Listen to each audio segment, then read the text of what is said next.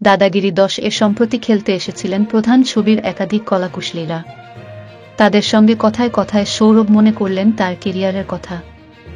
জানালেন তিনি এবং শচীন তেন্ডুলকর যখন একসঙ্গে খেলতে নামতেন তখন মাঠে কি কি করতেন, তারা কি নিয়ে আলোচনা করতেন। এদিন দাদাগিরিতে খেলতে এসেছিলেন প্রধান ছবির একাধিক কলাকুশলীরা। সেখানেই এই ছবির অন্যতম অভিনেতা দেবাশিস মণ্ডল এসেই দাদাকে গুগলি ছুড়ে দেন।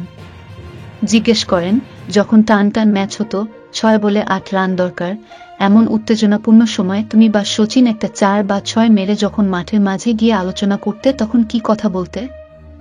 এটা শুনে সৌরভ বলেন, মাঠে তো বেশি সময় পাওয়া যেত না, ওই 30 সেকেন্ড মতো। তখন কে বল করছে, কোন বল টার্গেট করবে, এসব নিয়ে কথা হতো। তারপরে শেষে শচীন বাংলায় বলতো আমরা করে দেব 8 রান। এরপর তিনি আরো বলেন, 96 সালে যখন আমি প্রথম ব্যাট করতে নামি তখন শচীন ছিল। প্রথম টেস্ট, খুব নার্ভাস ছিলাম।